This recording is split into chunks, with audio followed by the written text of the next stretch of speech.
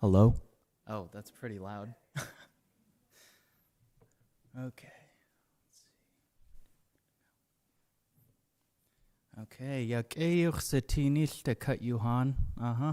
Donna wakyu khat duwasak kwashkakwana khatsati. The city dach achisha stashitan achlis kohaswushkitan chakwake dishniknujan nakiana ha sha dehani wunawuayu du tantuk udachayu wushtachauzi dakyucha nakaniknich ach klakuch. Was etisha seyik. Yehawuti anachaya Tlingit chayositi yataya. My Tlingit name is Donna Walk. I'm Kwashkikwan from the Moon House, and I just briefly shared our history because I thought it would be very important since this is about our clan leader who passed away 2020, and his name was Duchdenek and Kudilta, and that was the name of our leader who led us down from Copper River. So I'd like to welcome everyone today. I have the great pleasure of introducing the lecture about Hasha Dehani, our clan leader, the one who stood in front of us, Byron Mallott. And just as a reminder, please leave your cell phones off, turn them on silent if you haven't already, and please leave any food, drinks outside of the clan house, as we would like to preserve our clan house as long as possible.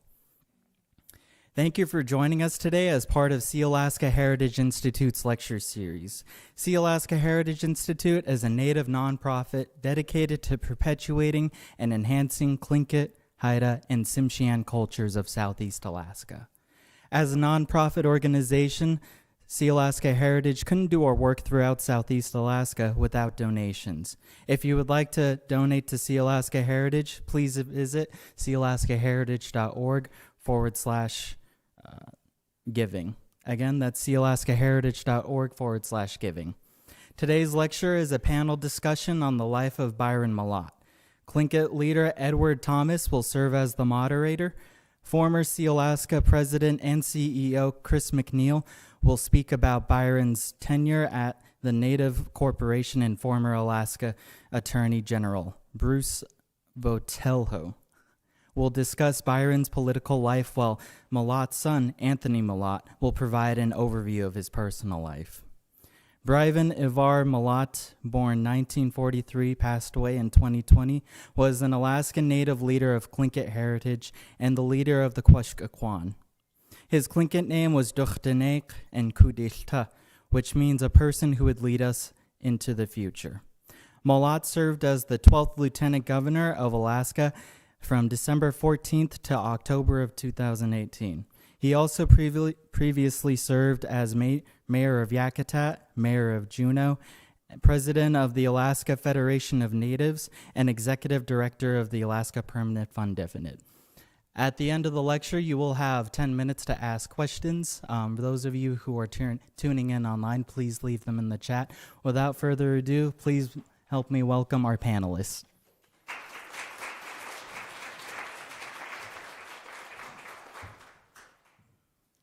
Well, he covered everything that I was going to talk about. Happy Native American Heritage Month. I truly appreciate Sealaska Heritage Institute for making time in the Native American Heritage Month lecture series to hear this distinguished panel talk about an outstanding Native leader, Byron Mallott. Learning about the past Native leaders of Southeast Alaska, like Byron Mallott, it helps us understand the people, their contributions, and our people will be inspired by all the work they have done to make things more inspirational for them.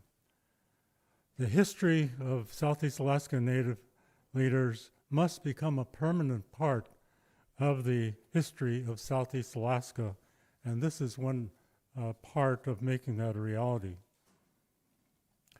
My name is Edward Thomas. I have two Tlingit names, Zahu and Shanskadek, one Haida name of Skilquidance, and I'm the President Emeritus of Tlingit Haida Central Council. And I will serve as the moderator of the panel. Our panel is comprised of Anthony Mallott, who is the son and former president and CEO of Sealaska. Chris McNeil, former president and CEO of Sealaska, as well as a personal friend of Byron Mallott. And they'll be followed up by Bruce Botelho, former Alaska Attorney General and Mayor of Juneau, and a personal friend of Byron Mallott. We're going to have some pictures as part of our presentation. The first presentation, Anthony will give his own personal picture presentation, but we will have slides to complement the comments that are made by our panelists. It's my hopes that we'll keep them as compliments and not distract from the message, because some very important comments will be made about Byron Mallott. I'll begin with a few thoughts about Byron Mallott, and then we're going to have panelists speak in the order in which I introduced them just now. And then at the end, we hopefully will have some time for question and answer or additional comments from panelists or audience members. When Byron Mallott spoke, people listened. He took great pride in making sure that when he had to talk about an issue, he thoroughly researched it and thought about what he was going to say before he addressed the issue. He had a tremendous vocabulary, and he used that vocabulary very effectively when he was talking on a particular subject. Byron was probably best known in the Native community for his involvement in Native organizations like Sealaska, Alaska Federation of Natives, and First Alaska Native Institute. First Alaska's Institute.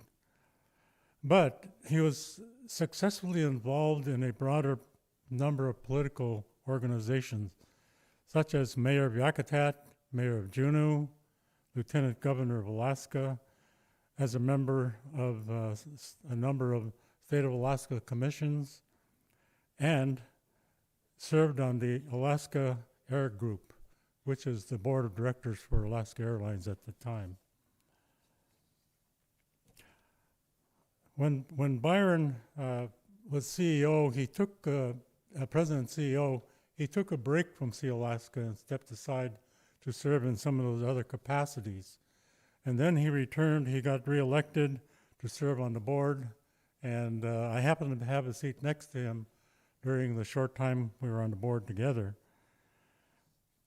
Byron was impatient with the status quo when things were not working, in his opinion. I attended one board meeting and noticed that he had a typewritten paper in front of him. And while he listened to the management presentations, he'd take a few moments and jot down something on the paper he had before him. He did that up until mid-morning, and then he took the paper to the staff of Sealaska. And after lunch, he asked request of the board to introduce a business item.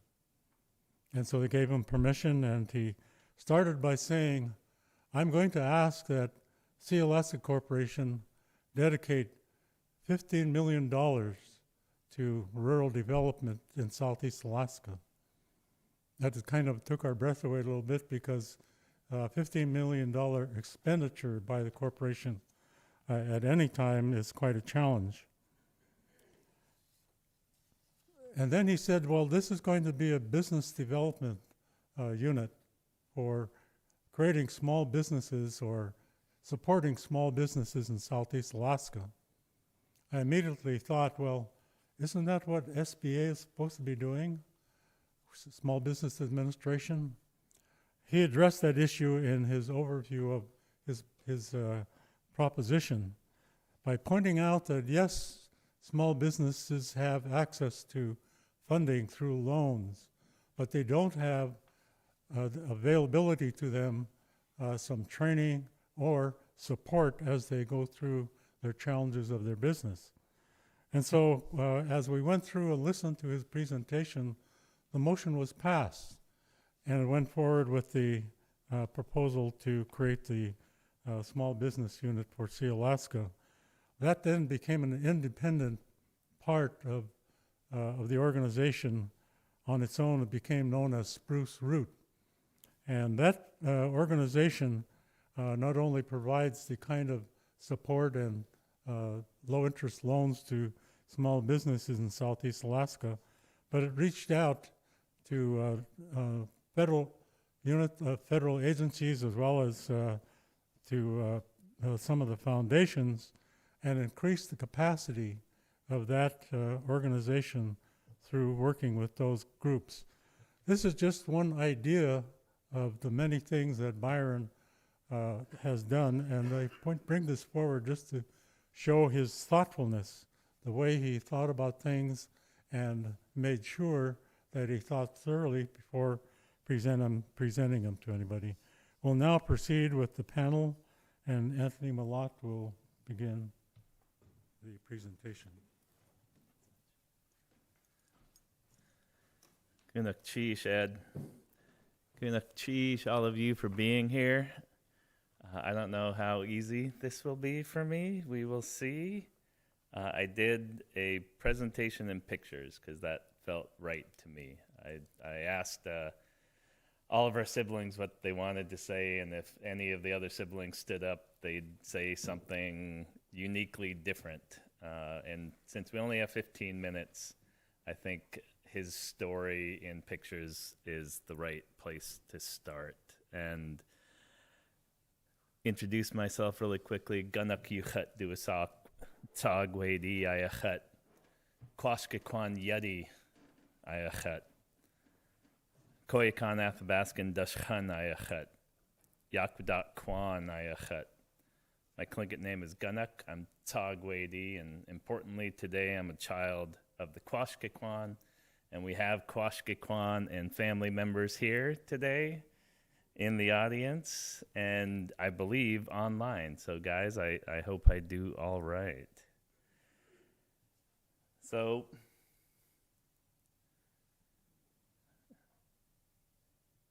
this is the earliest picture we were able to find.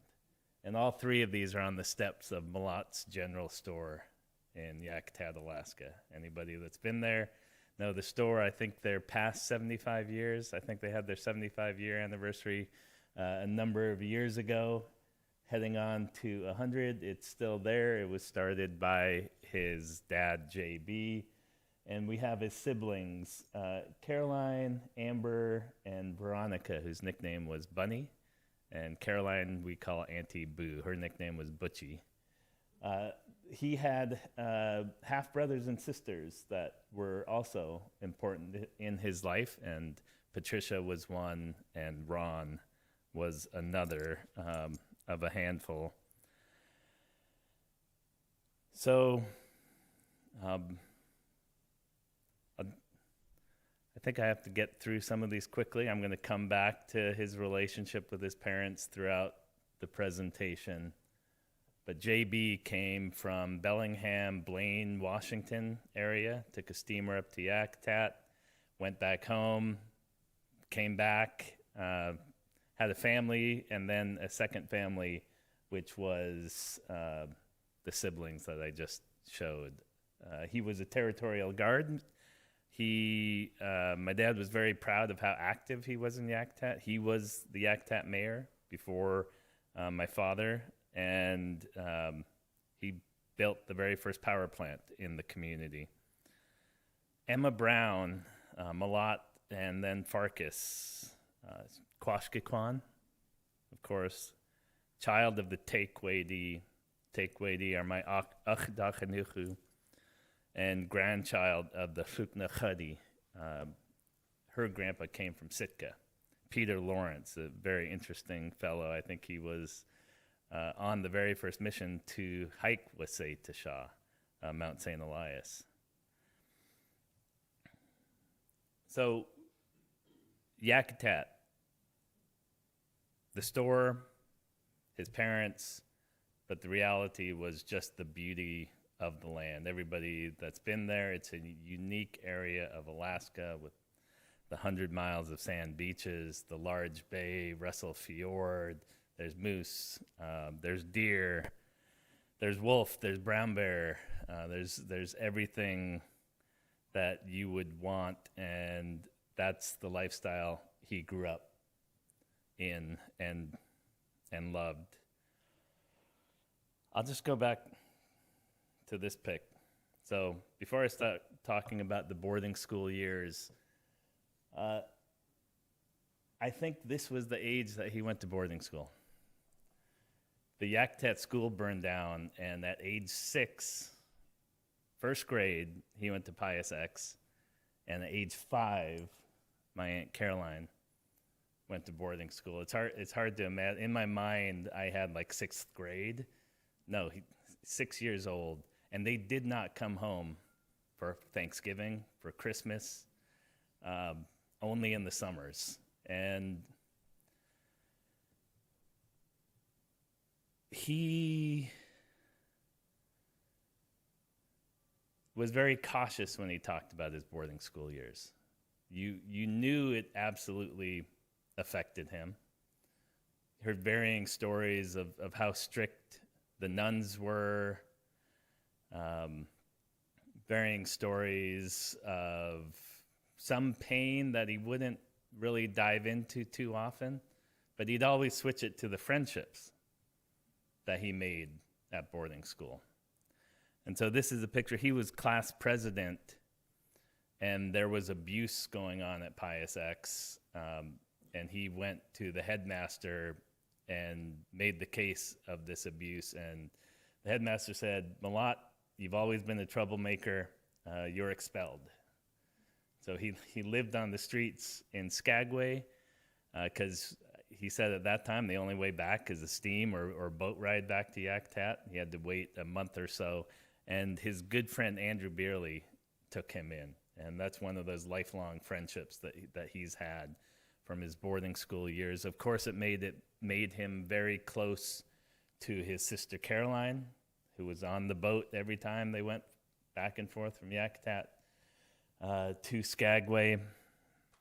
After he got expelled from Pius X for, like Ed said, being very tired of status quo not changing and pushing back against the abuse that we all know was happening in our boarding schools. He went to Sheldon Jackson, and some of the happiest moments I've seen of my father is when he meets an old Sheldon Jackson friend. When they just see each other from across the room, and they walk up like they're still classmates in the hallways. It's been really fun to me to see. Harvey Kitka was a very close classmate. Jerry Bennett, a number of Bennett brothers. There's so many that he would talk about, and we'd see just through his travels. All to say, when you think about boarding schools, we know what the results were. He never spoke his native language. He never even tried. He never told us why or why not, but I think you could guess why. It was just too painful and ingrained that he was not supposed to.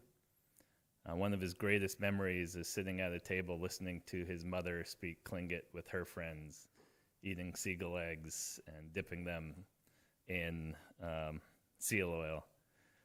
So he loved the language, but he never spoke it. And I would direct that result directly to his boarding school from 6th grade all the way through high school. He talked about how much this disrupted his relationship with his parents. When you're away from 9 months at the time, he said, I'd get home, I'd get off the ship, I'd get a hug from my dad, I'd go straight to work, and then I'd be either fishing or working all summer, and then I'm back on the boat to Skagway. He said it really did disrupt his relationship with his parents. Not his love, just the growth and depth of the relationship he had with his parents. What it did not effect was his love for Yakutat and subsistence. When he was 16, he comes home again on the boat, and his dad takes him down to the beach, and his very first skiff is waiting for him there.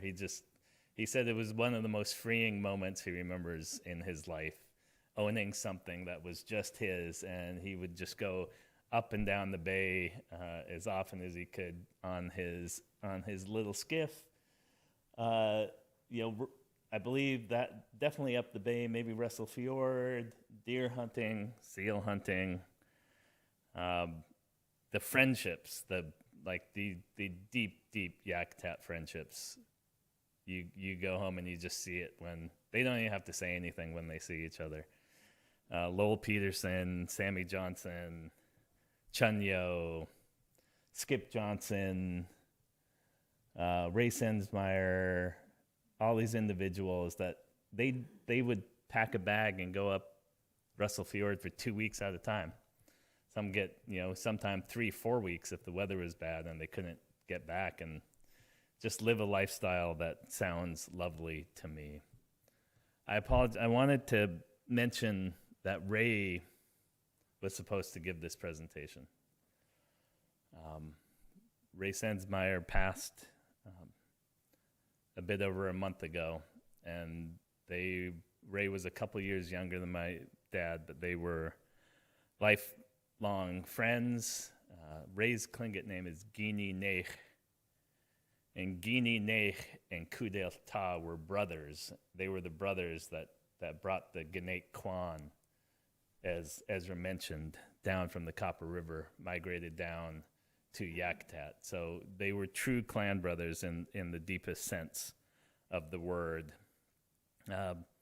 He set netted, as many people in Yakutat do, and the whole stories, 50% of the stories that he told to us were about those days. And I know it was probably only 10% of the stories he has of all his times. And when we were up for Ray's service, talked to Cynthia Peterson, Lowell's daughter, and Martin Sensmeyer and some of the Sensmeyer kids, and just talking about how all these guys being up there together, and how we all wish we knew all the stories of their up the bay retreats, let's say. So he was an extremely hard worker. I think anybody knows him in his kind of current business, political life. That started at a young age. Again, I said he'd get off the boat and do nothing but work and subsistence harvest all winter long. He ran boats up and down the coast from Bellingham to Yakutat. There's a quick story. He was running an open skiff all the way from Juneau to Yakutat, and he stops in it's early May. It's still springtime. He stops in Elfin Cove, and a family sees him running up and down to use the washroom, and then they see him putting up a little tarp, and it is pouring down rain, and it's 40 degrees, and he's going to sleep in this little tarp after running an open skiff all the way there and knowing he has to get it all the way up to Yakutat. They invited him up to his house, and they have been long friends forever. They supported his political, Flo Kinney was the individual, supported his political activities as well. And that's just what he did.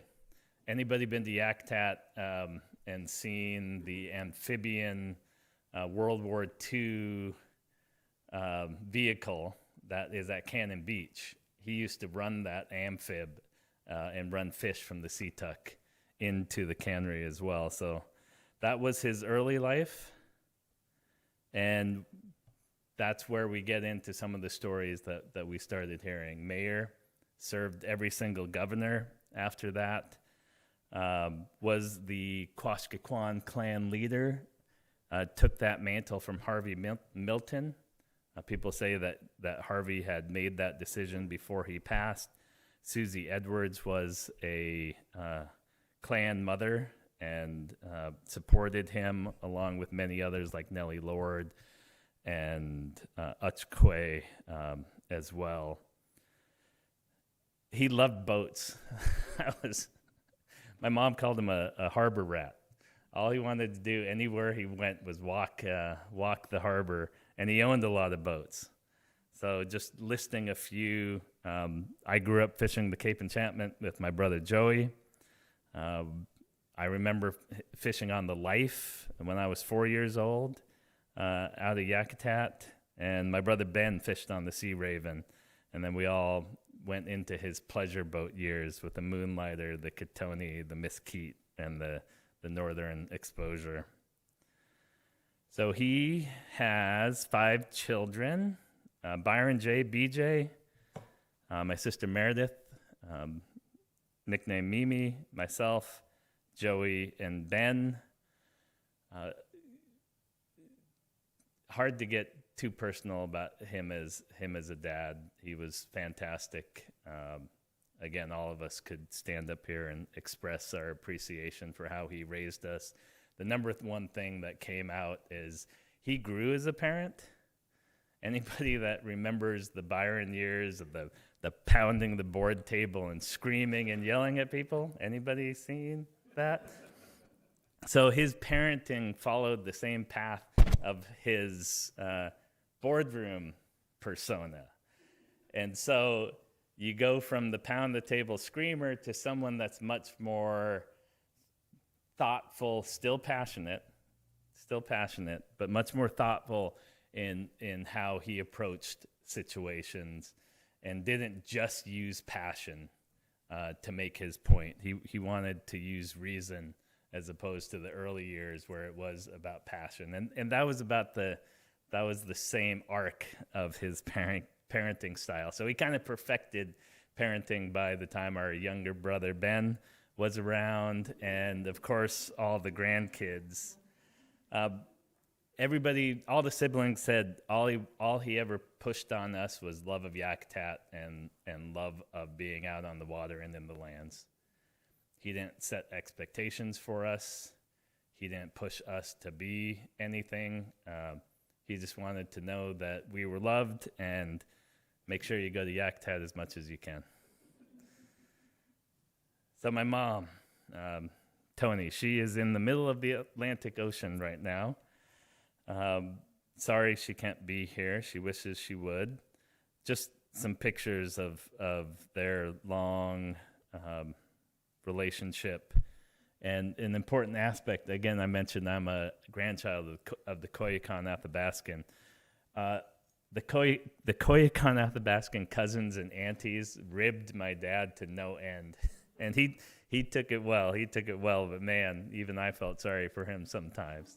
They had fun at his expense, and he loved being up in Rampart. Very similar lifestyle, very, very subsistence-based lifestyle that he loved.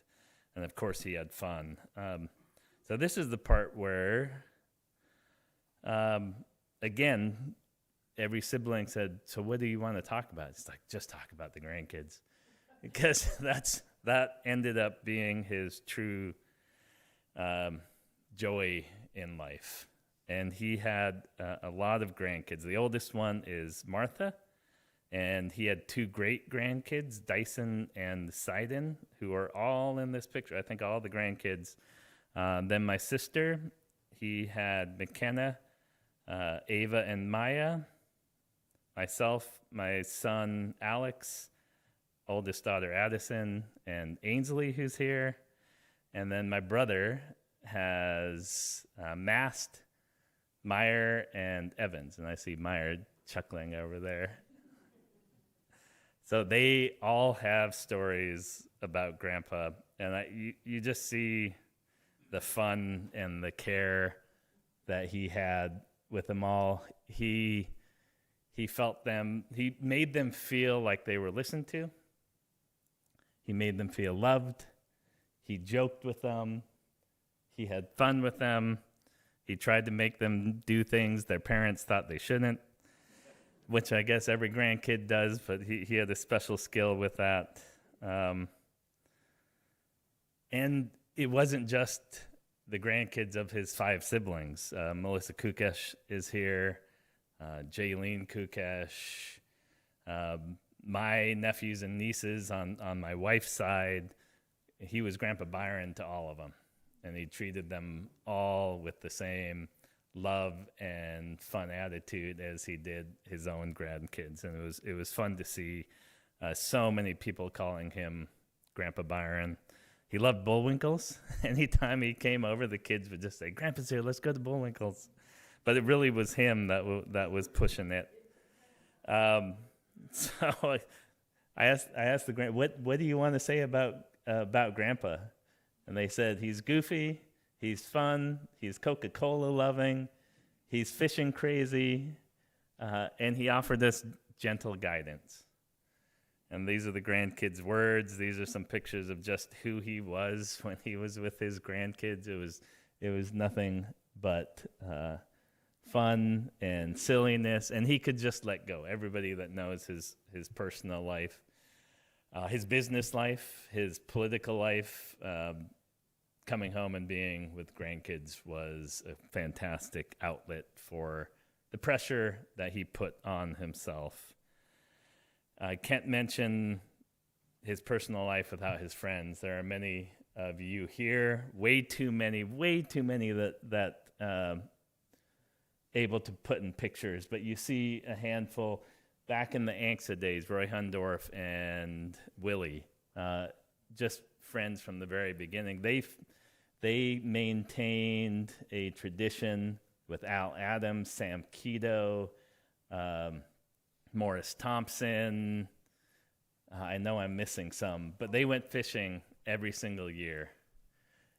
On the Sealaska side, you have Albert Kukesh. I'm sorry I don't have a picture up here, but Albert Kukesh, Clarence Jackson, Walter Soboloff, Chris McNeil, Bud Simpson, all these Sealaska individuals that just, he cherished the relationships he had with them. And it's beyond Sealaska, right? It's community. It's the things that they care about. And he had many other. He was early on. He joined a YPO, Young Presidents Organization, and made tremendous lifelong friends, including Bill Clapp, my father-in-law, John Scribner, John Shively, Jeff Widows, and Nainoa, which was a really special relationship. They called each other brothers, and it was deep and meaningful. And here we had a tradition of going to Crab Island in Yakutat, and there's all sorts of families. We'd go up there for a whole entire week and just remember some of those days. They went off in about 20 feet of water right off the point on Crab Island and came back with a bunch of halibut. He maintained his home in Yakutat the entire time. From a very young age, he maintained his address there. His voting record was there, and he loved hosting people at his home. And just so many different conversations. That's his sister, Caroline, and my uncle, Uncle Larry, right there at the table with them. Just so much quality time in Yakutat at a beautiful spot, a beautiful home. And I'll close with, he did not transmit a bunch of his pain and his trauma to his kids, good or bad. He didn't tell us the story. He told us enough to kind of get a sense of what his trauma was. And the biggest trauma was how significantly racism affected his mother. And that drove him. That's where that passion, that pound the table passion, that inability to accept something that wasn't right and the work to change it, that came from the love of his mom and seeing the pain that she went through. And the other fire that lit him always was those friends I mentioned in Yakutat, my brother BJ, and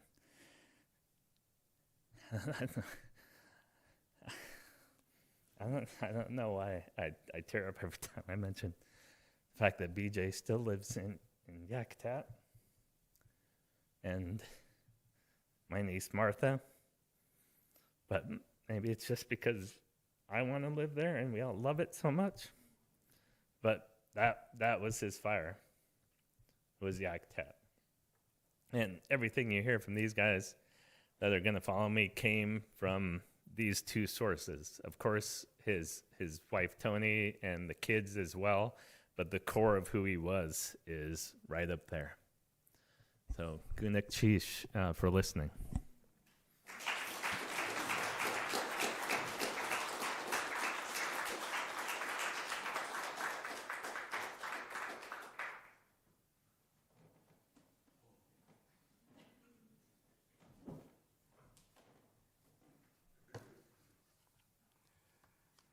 Sheesh, Anthony, that was really excellent and touching. I'm Chris McNeil. My Tlingit name at birth is Shiguni, and I was also given the other name of Gawats for Fritz Willard and Klakwan, and Shaka Kuni for my uncle Judson. I worked with Byron for, I had to count it up, it was 26 years. In various capacities at Sealaska. And that's, the key reason why I'm here to give an overview of his career and at Sealaska. And has been very well described to you here, Byron's relationship, was so far just starting with his family in Yakutat as a clan, Kashikwan family leader.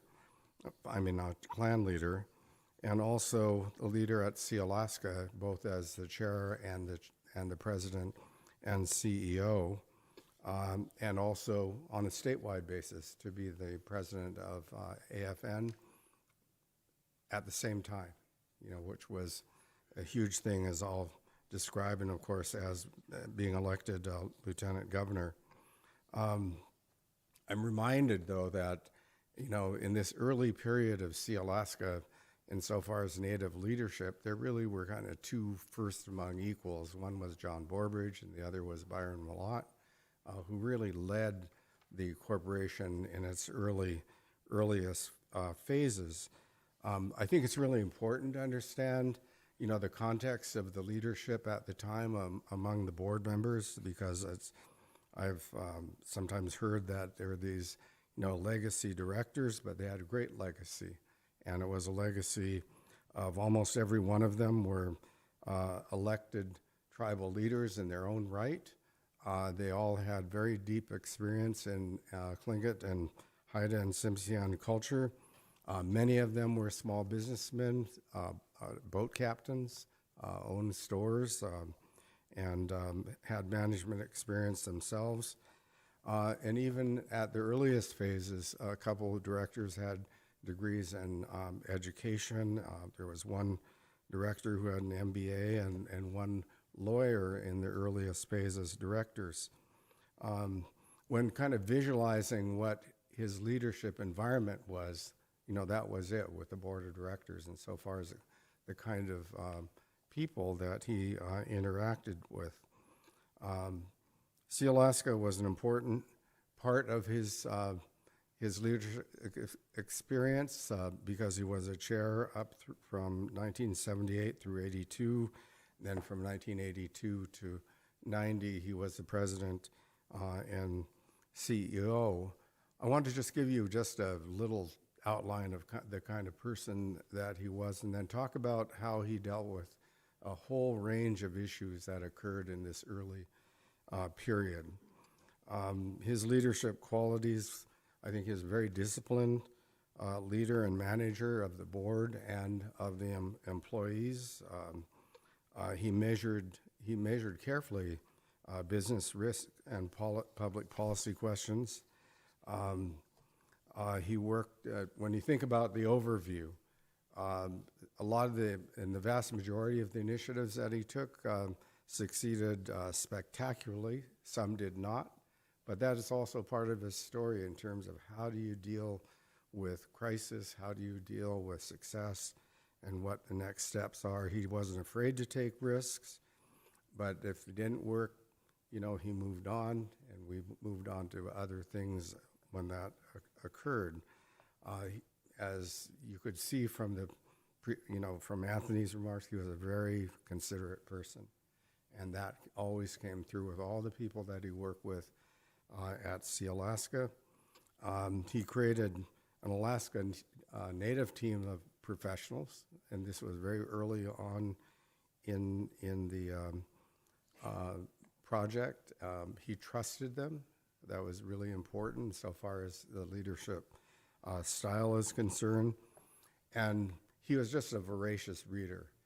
As coming in as a young person there, if I gave him a memo, I knew he read it because he'd ask all these questions about it, and he just was always reading. It's very important thinking, especially in terms of, a director and what their responsibilities are. He paid attention. And he was really an intuitive networker. I don't think I've ever seen anyone that networked as much as he did, but it was really disciplined. I mean, he just did it. I could see him stepping out of his comfort zone. And it's a very unusual characteristic in anyone. Thinking about what was the role of the chairman and CEO at the time, the early part of Sealaska, is important to know this environment.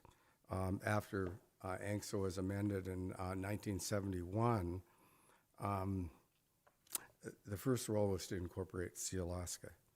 The corporation, it's all described in Section 7 of ANCSA, but those are just the words. It had to be infused with life. It had to be created. In some sense, that section of ANCSA that described it is kind of like a recipe. It says what are the things they have to do, but it's the board and the leadership that created what Sealaska was then and is now. And the ANCSA, was not self-implementing. It just didn't happen by itself. The leadership had to do something to make it. And they had to make a lot of decisions in the early period that were, like a first impression. Nobody else had done that before. They had to put it together and be creative while they were doing it.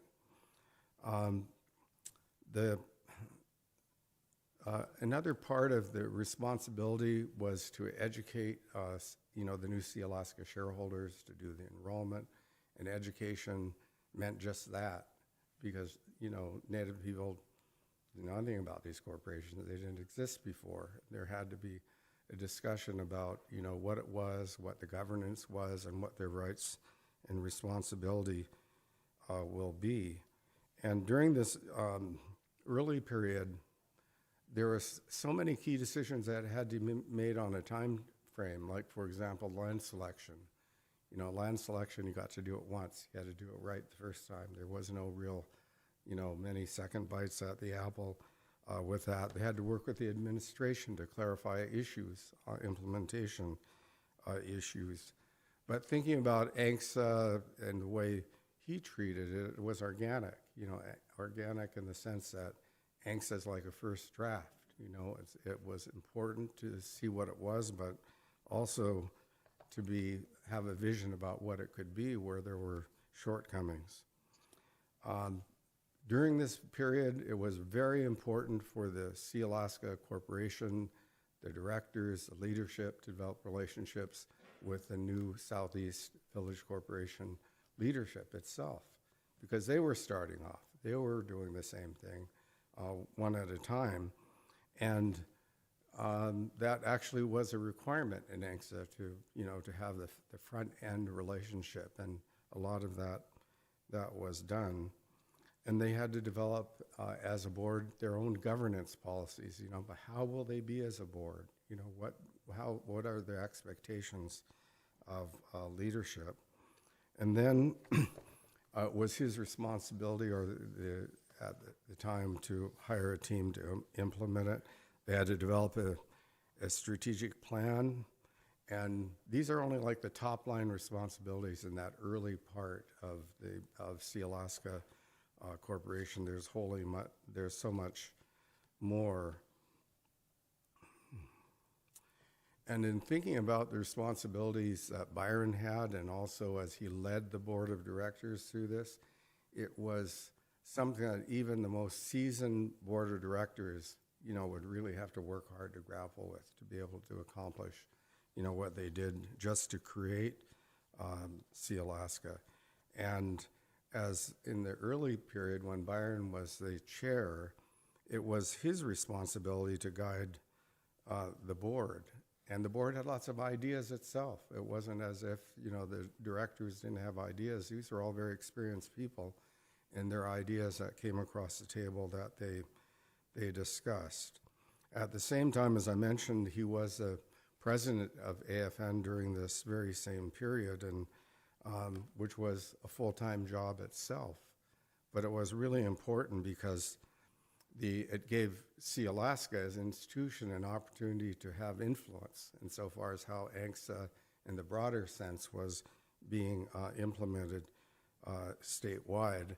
And I knew as a young staffer, when he was, in and out with these responsibilities that, at least in my relationship with him, I had to be very clear and precise about what I was doing and get feedback because, he had so many other things that he was doing.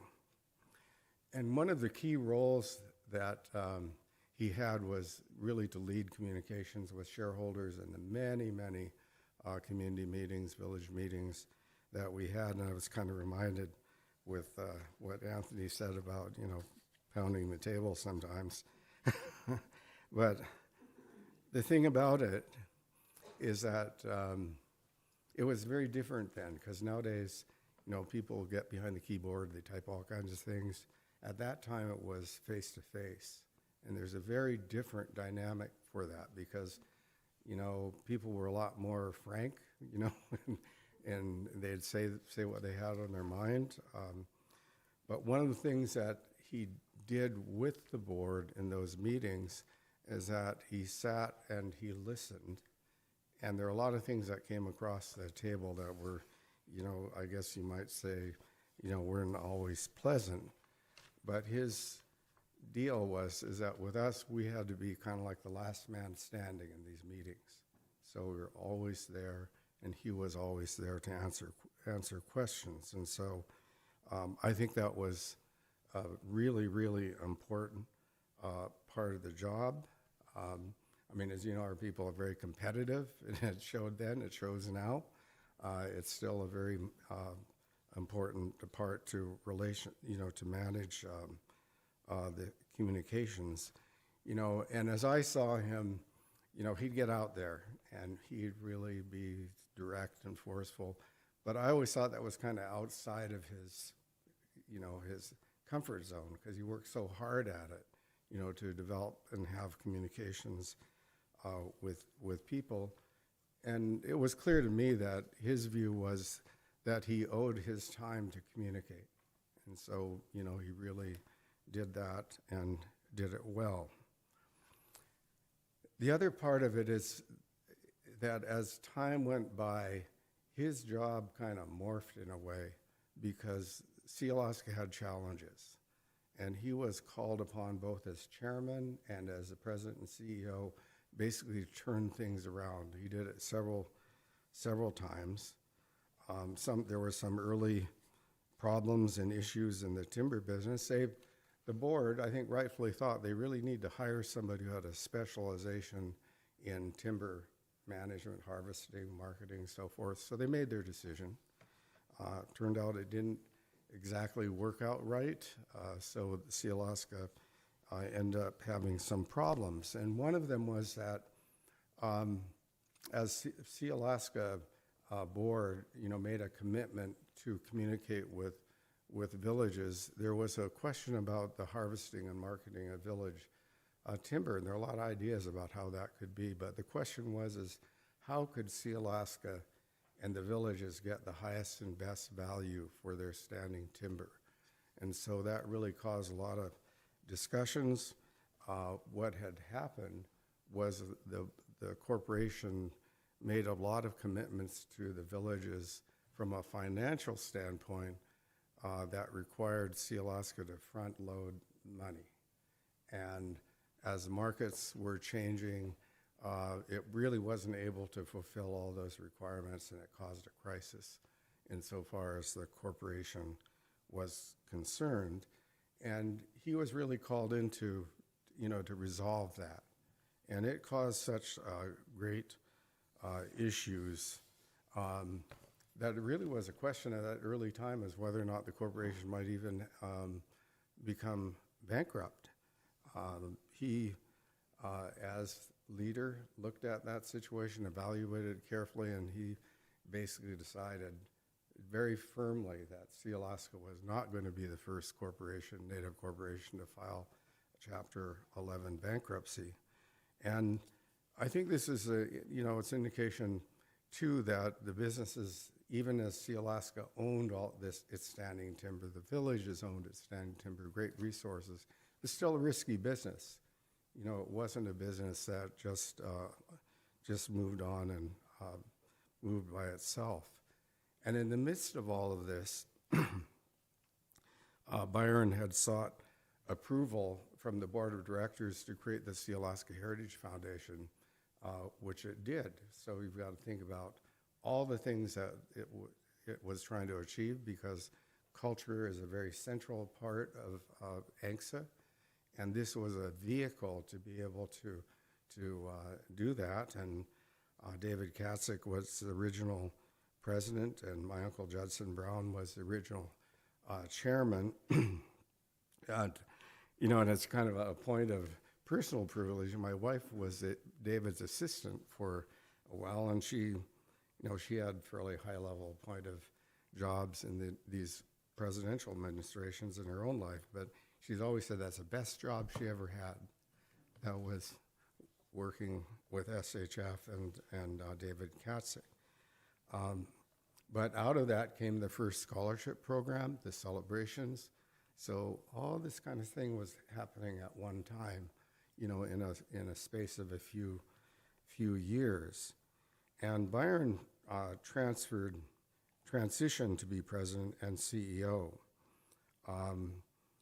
And to find the way out of this with Sealaska, it wasn't just a matter of, legal and financial.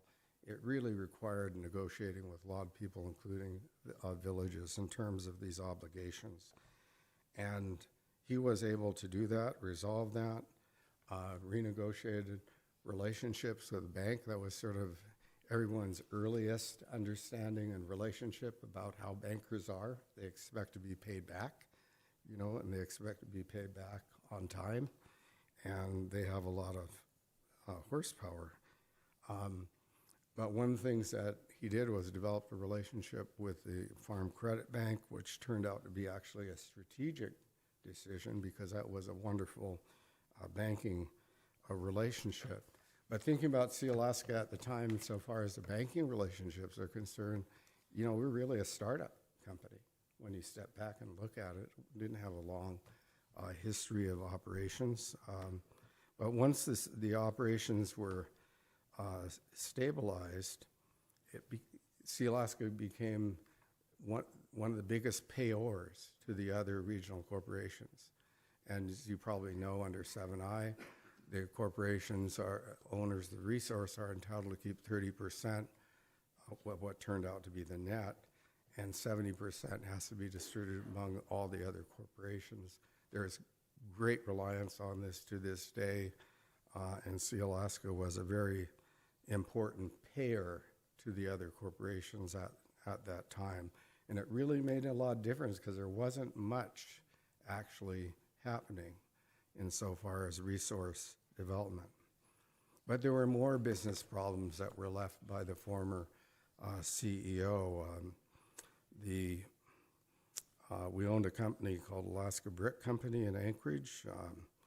It turned out that the subsidiary president was corrupt and engaged in corrupt business practices to defraud Sealaska through various means, including loans, bribes, and kickbacks. The weight of these obligations were themselves enough to bankrupt Sealaska. We had to pay for all of them, of these essentially corrupt loans. At the time, in working with Byron, neither of us had any evidence, to know that in fact what was going on was going on. We knew something was wrong. It didn't fit. The picture was wrong. But the thing is in order to do that, to basically make a offer of proof, is we had to file a lawsuit. And he authorized putting together a team and filing a lawsuit against these people.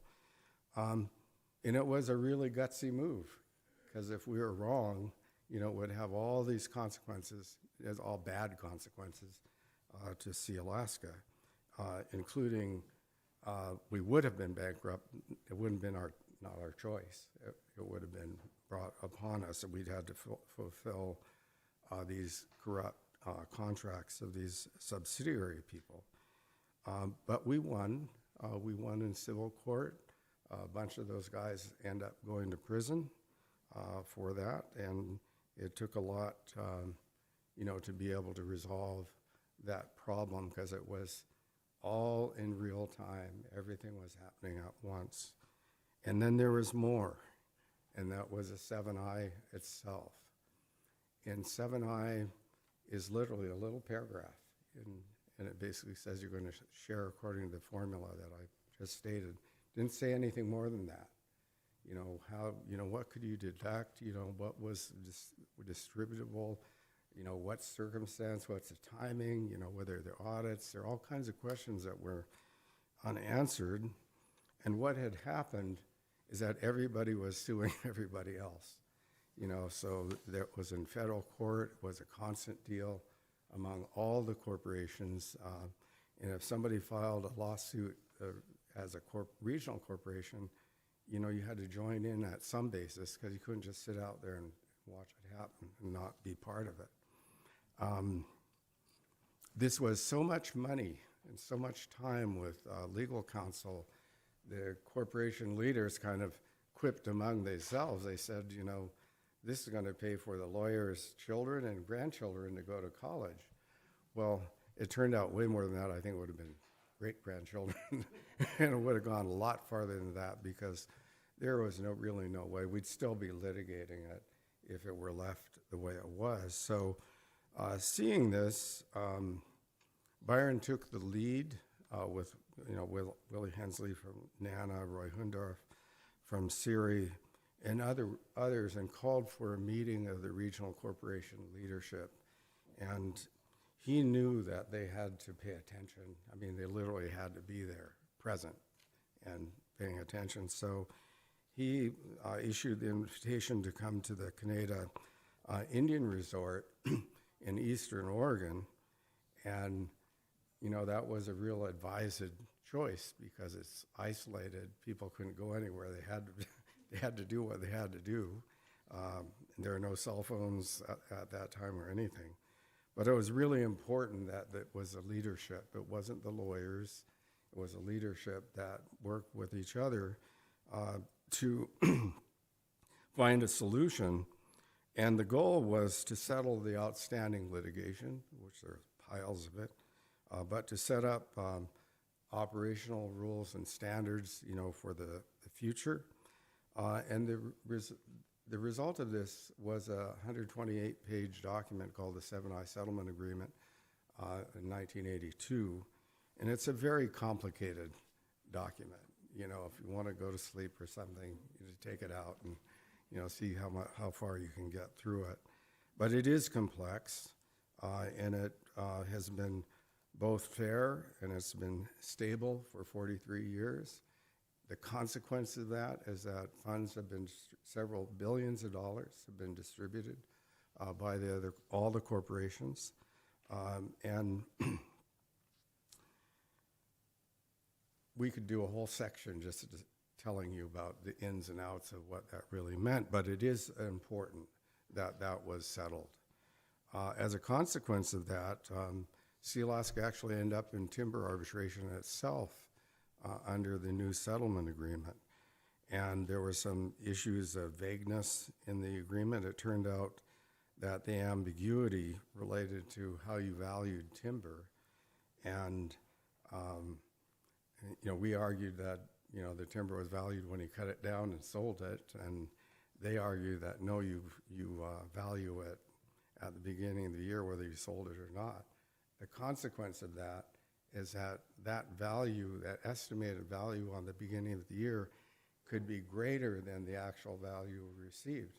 And that's what happened. The arbitrators came back and they said, well, they were convinced that that's what the language meant, so we lost.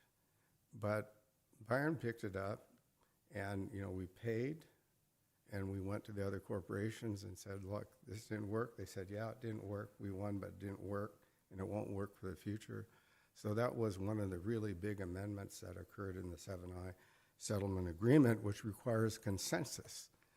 Any corporation can say no, but everyone said yes. And so we paid out over $20 million to be able to settle that. But out of that, one of the things that we end up getting is the scholarship provision that allowed the corporations to set aside money to distribute to its own shareholders. In the midst of all this stuff that I'm telling you about, it was obviously a pretty challenging time. He had the view as a leader, that in chaos there can be kind of opportunity. And we did all, other things at Sealaska under his leadership.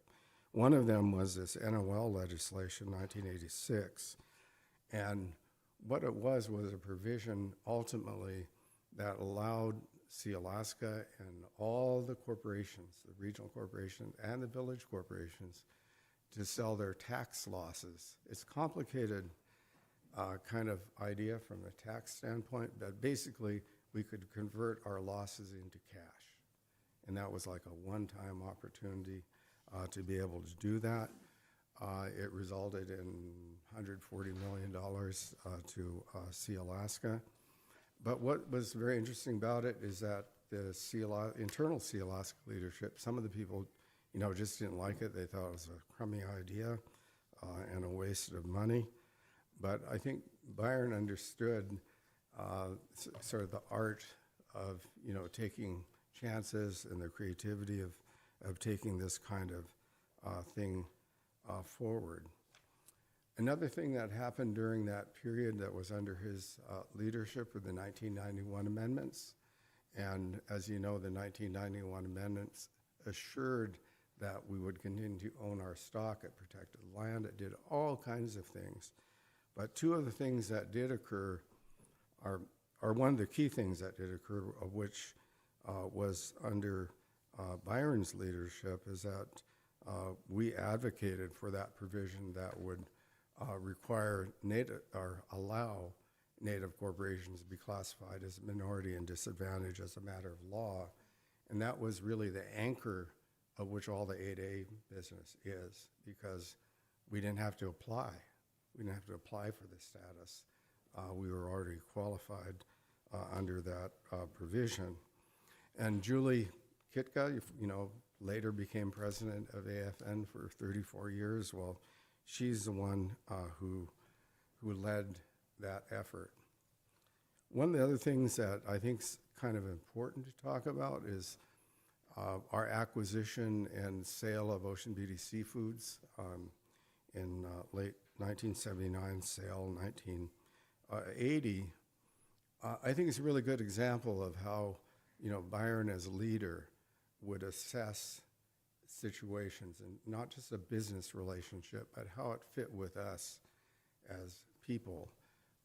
We acquired that company, gave us a good platform in the seafood business. But later on, it became clear that some of the assumptions that the board made were not really true. it was thought that it would be a great opportunity for Sealaska shareholder employment.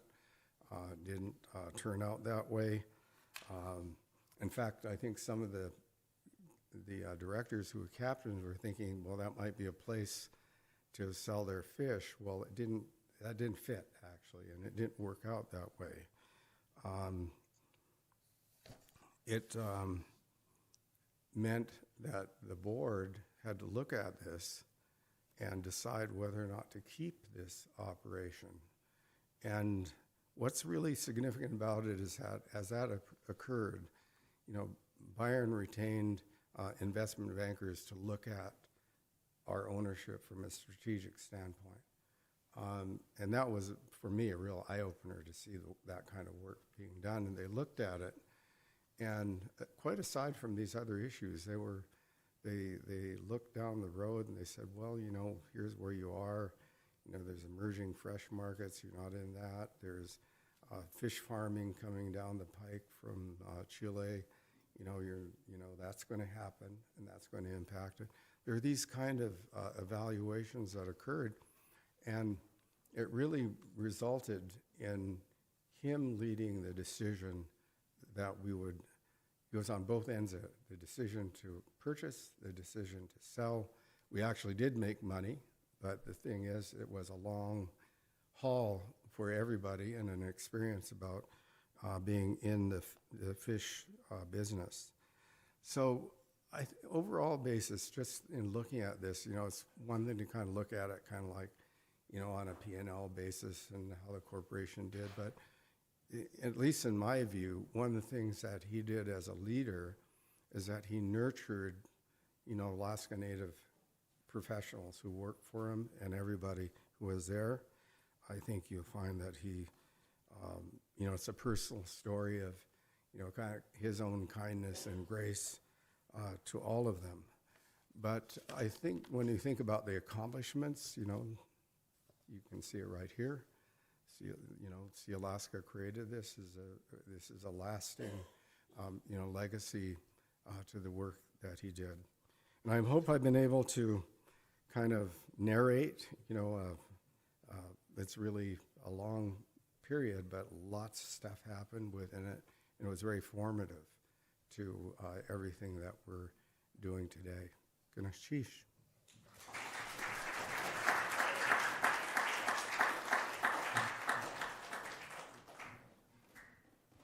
The staff put together a slideshow. Could we run it right now?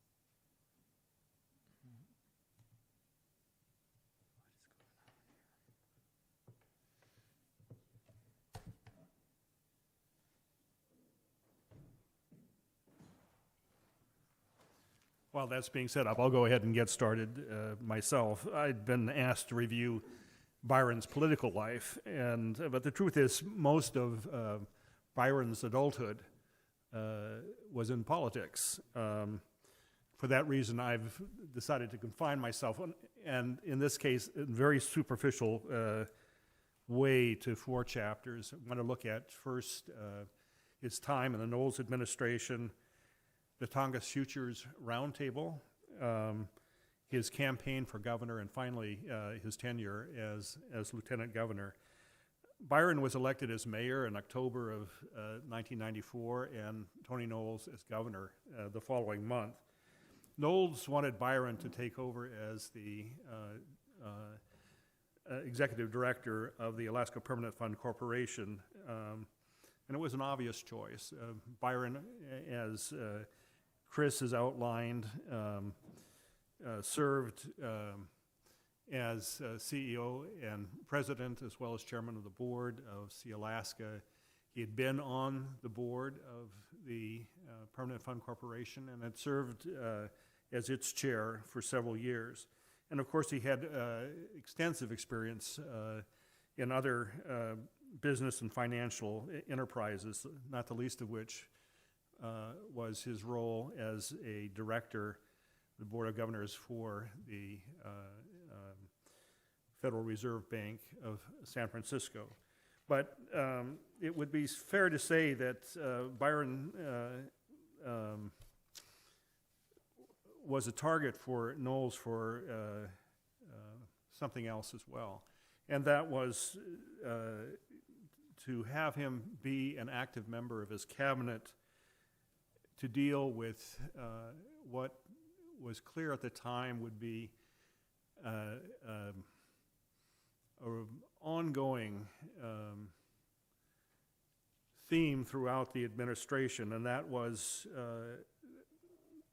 in relation to the 1990s battles over what was described by some as the urban-rural divide, others simply the nearly constant conflict between the state and tribal governments and other entities.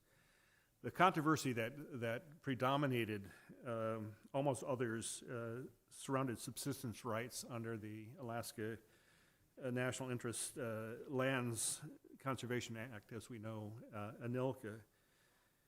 In the early years of implementation of ANILCA, the state had been able to manage fish and game on federal lands and honor the rural subsistence priority embedded in ANILCA.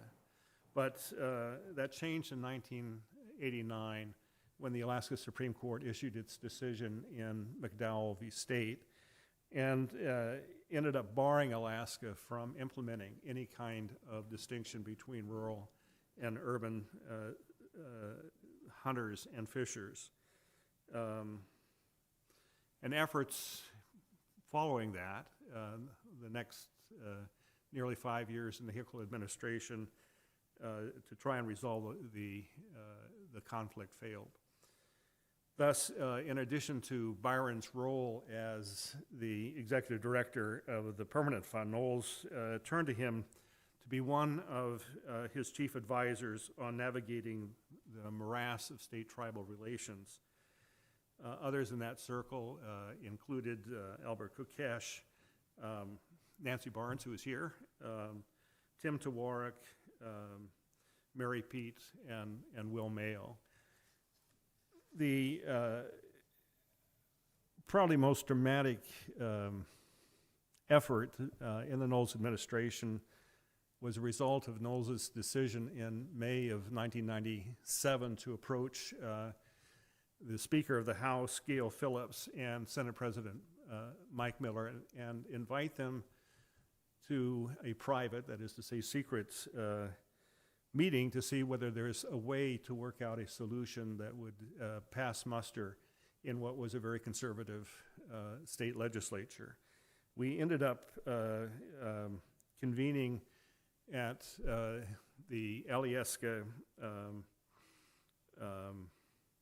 Prince Hotel. Others who participated in this effort were Jay Hammond, Charlie Cole, Fran Ulmer, Julian Mason, Byron, and me. The initial meeting lasted 3 days. At the very beginning, it didn't look like there'd be any possibility movement, but ultimately, we ended up convening several more times. One included a meeting with then Secretary of Interior Bruce Babbitt at the home of Frank Murkowski in Fairbanks. And as a result of these discussions, we had a package that we were able to put together that constituted a constitutional amendment, certain changes to ANILCA, and implementing regulations to mandate local input on fish and game management matters. Neither the 1998 regular session or the two special sessions that happened that year came close. In 1999, progress was made on the constitutional amendment. One would say that it was almost a breakthrough. That is to say, the House ended up passing a constitutional amendment which was satisfactory to us. It passed with 1 vote to spare. Of course, it requires a 2/3 majority in each body. The Senate balked, and the special session adjourned. We had 12 votes in the Senate for passage. We needed 2 more. And so over the next several weeks, several of us, including Byron, were tasked with trying to find 2 senators that we could basically persuade to move ahead. And what was clear from the House leadership was that the Senate would have to go first, because it made no sense if they were to pass it and the Senate would result in the same outcome. We courted each of 3 Senate members in turn and thought we were on the verge. So the governor called yet another special session. But as was the case with all the others, this effort failed. And the last time the administration made an attempt was in May of 2002, and it suffered the same fate. A second initiative that bore somewhat more fruit, though not immediately, was the governor's decision in February of 1998 to form a commission on rural governance and empowerment, and he asked that Byron chair that effort. That commission met over the course of a year and developed numerous recommendations based on 4 principles. And those are principles that one can see reflected today in much of state government's responses to tribal and rural issues. First, the tribes exist in Alaska with the authority to govern. They maintain a special government-to-government relationship with the United States. All rural Alaskans must have governmental tools and resources that enable empowerment and maximize self-determination. And governments at all levels must be efficient and productive and must be responsive to local needs. I think it's fair to say that all the recommendations were laudable, but there was little interest generally in moving them towards implementation. And Byron actually was able to express his frustration with that impasse. Both Anthony and Chris have alluded to Byron's sometimes passionate way of expressing himself, and I can't duplicate it at this point, but I will share his words. Having been born a native, raised in my village, and having lived my life in Alaska, I can say with conviction that there has not been a worse moment in Alaska's recent history for Alaska's native peoples than now.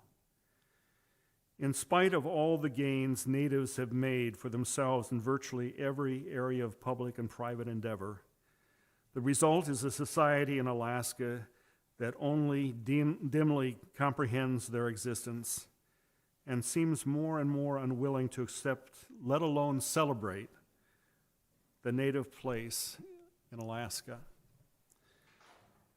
This sentiment, I think, encapsulates a source of both his rage, and I think that in part is what Anthony conveyed in his closing remarks, and his motivations, both past and future.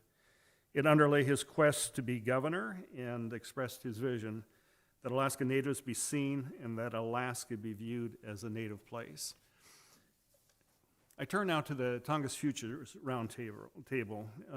As I think all of you know, and some of you directly have experienced. Southeast Alaska has been the backdrop for what some have described as, and I'll quote, one of the most enduring and intractable environmental conflicts in the United States, the battle over resource development and management in the Tongass National Forest, primarily between logging and environmental interests.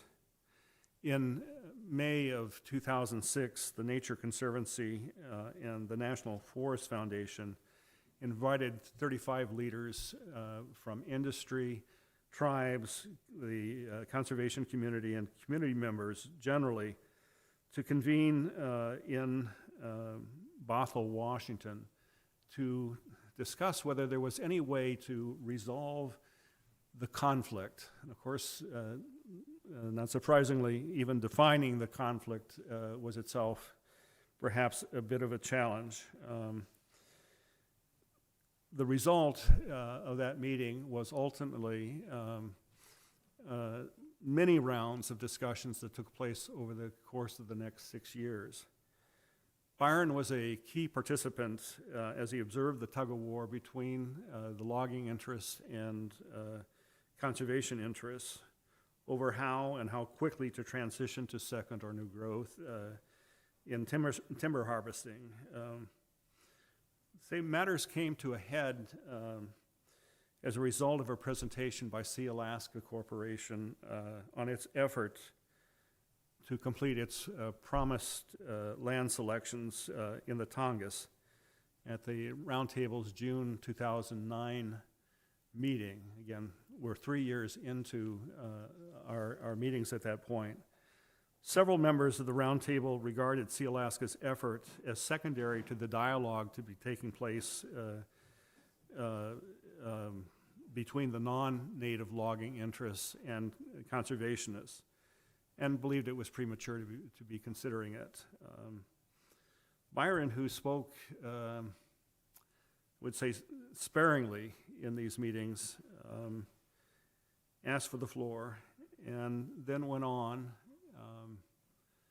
in what I would say for everyone was another one of those magic moments where his passion explodes. And he goes on to declare that the efforts of the Roundtable were writing Alaska Natives out of the Tongass narrative entirely. And those were the words he used.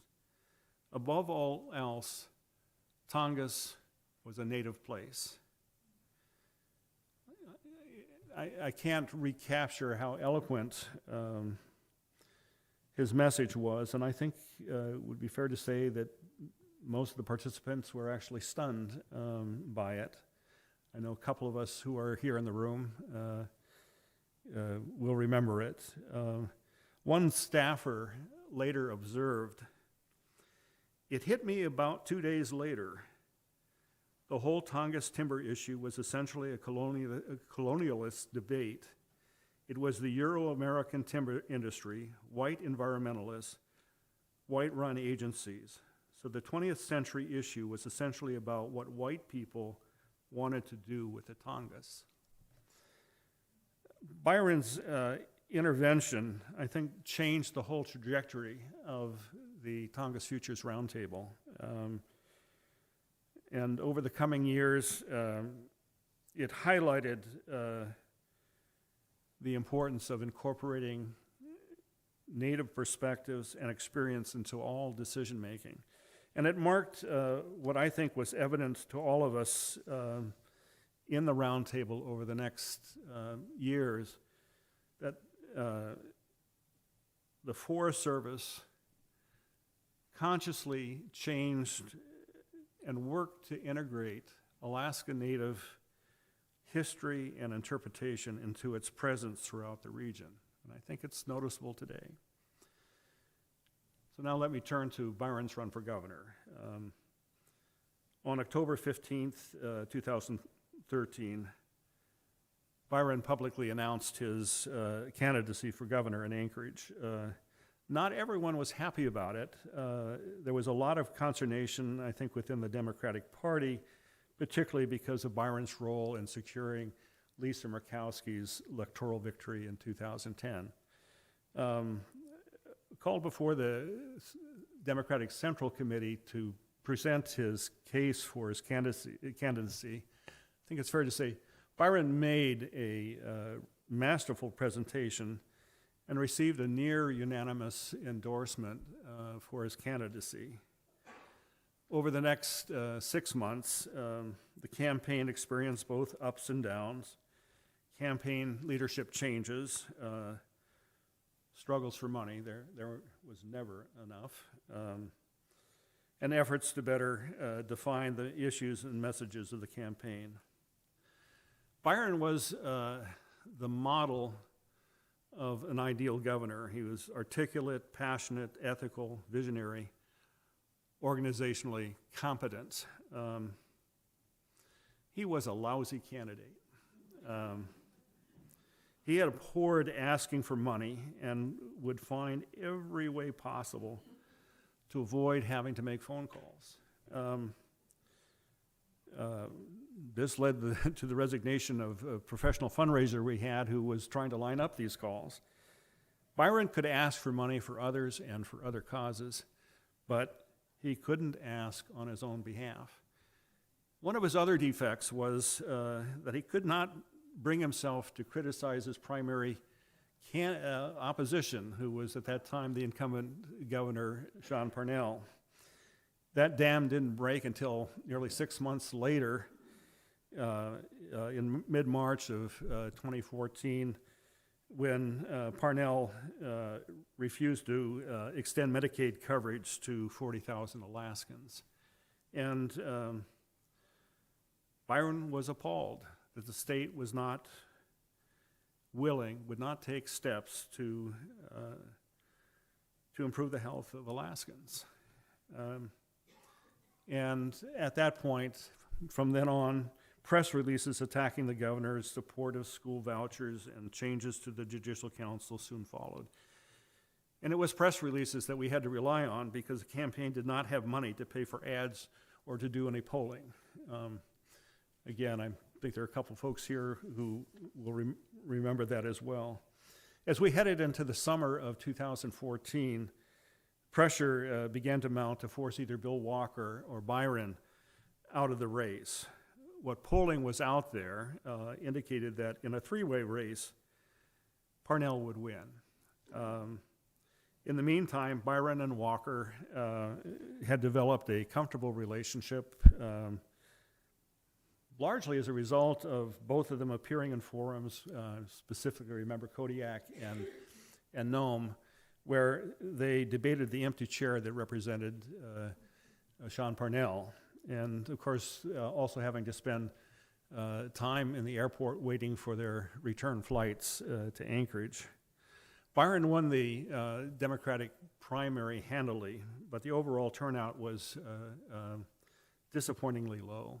And Byron was depressed, and he doubted his ability to see the election through to the end, declaring to a small circle of us, and I think Chris will remember this, that he wanted a graceful way out.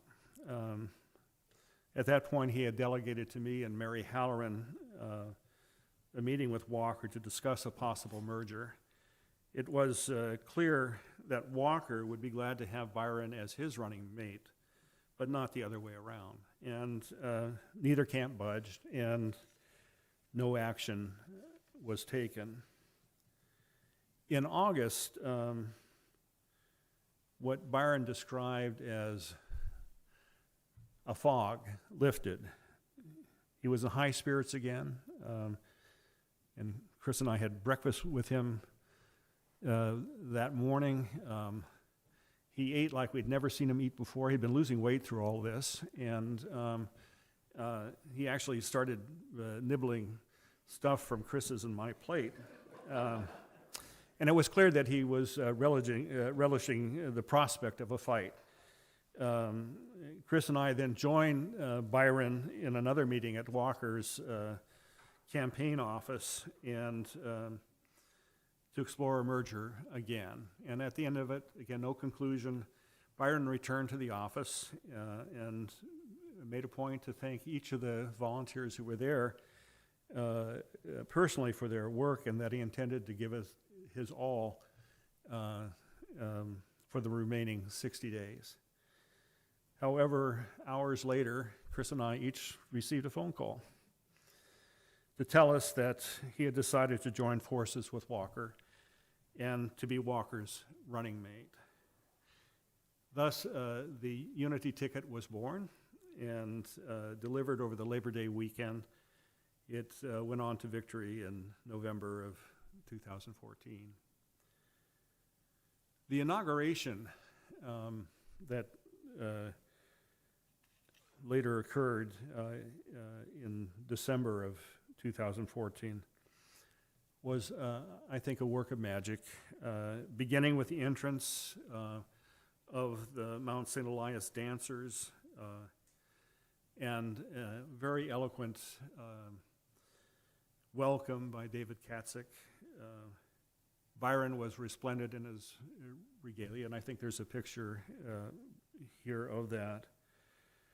The swearing in and the speeches were touching.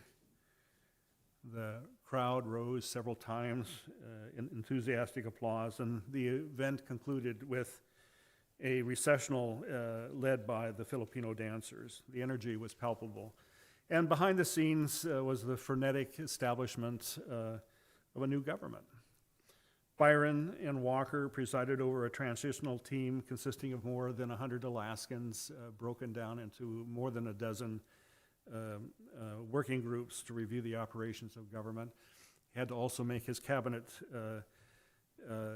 selections and as well as sub-cabinet positions. As part of the transition to the Unity ticket, working with Byron, his team prepared a list of must-haves as a condition to being a running mate, and identifying distinct areas where Byron would have great influence, might well be the leading influence, and what role he would play in the selection of cabinet officials and judicial selections, among other things.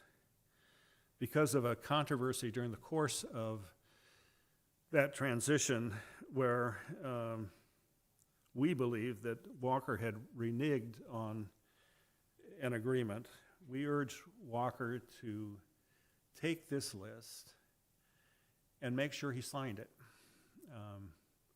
Be honest, we didn't trust him. And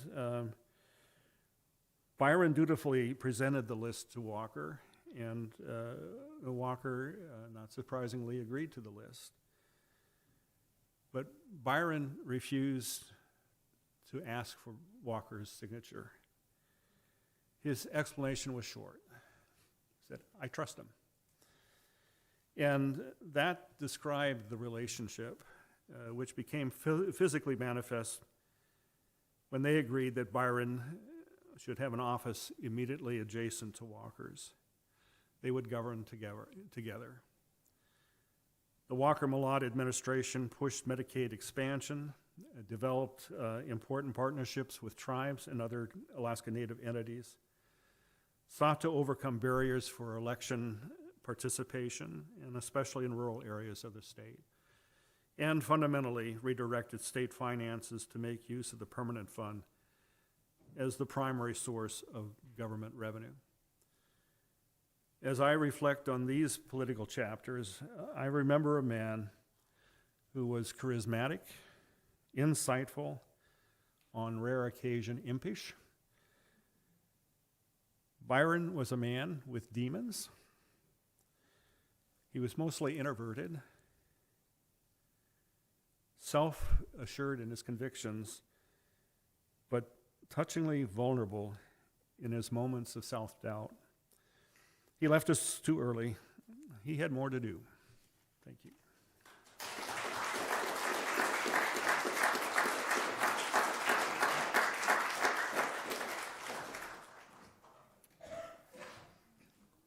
I believe we have time for a few questions.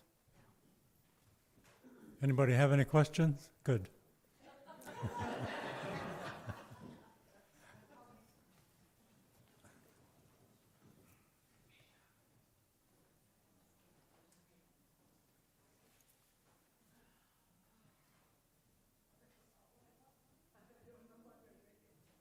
Shukran. First of all, I think we selected the right people to speak about Byron. Ed Thomas, leader of Tlingit for decades.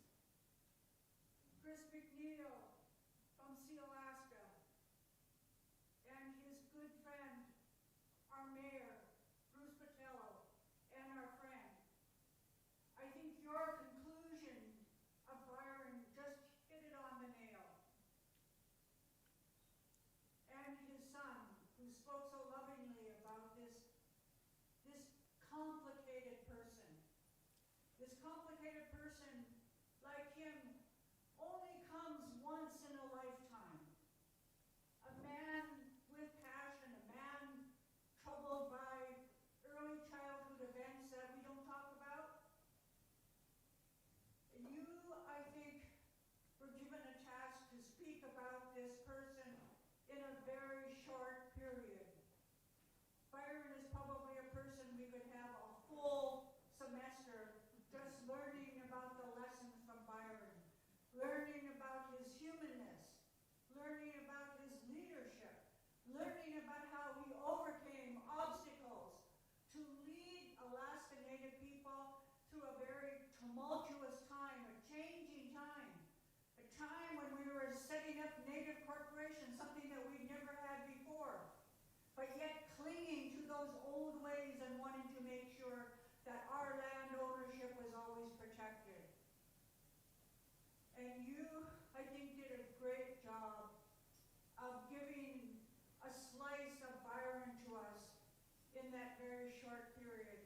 And I wanted to thank you and acknowledging you for your friendship that you played with Byron in helping him through some hard times. And I know that his family was always a great support. And I'm sure that you helped him through many times.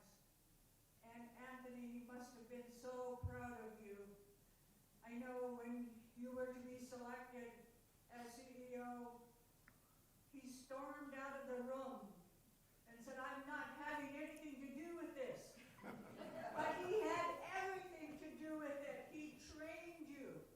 He gave you that training, Anthony, that you brought to Sealaska. You brought your father back to Sealaska. So thank you for what you did, and thank you for bringing Byron, and thank you all for sharing Byron with us.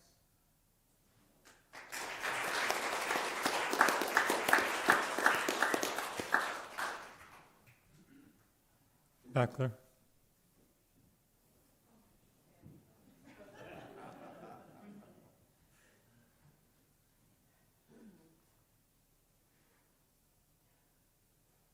Anybody have any questions, comments?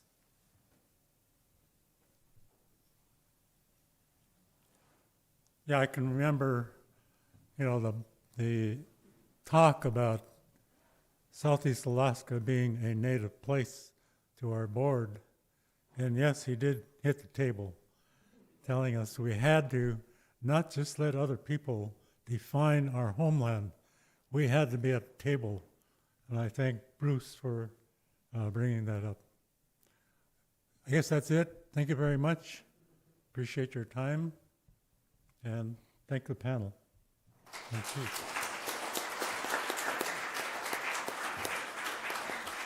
Good job.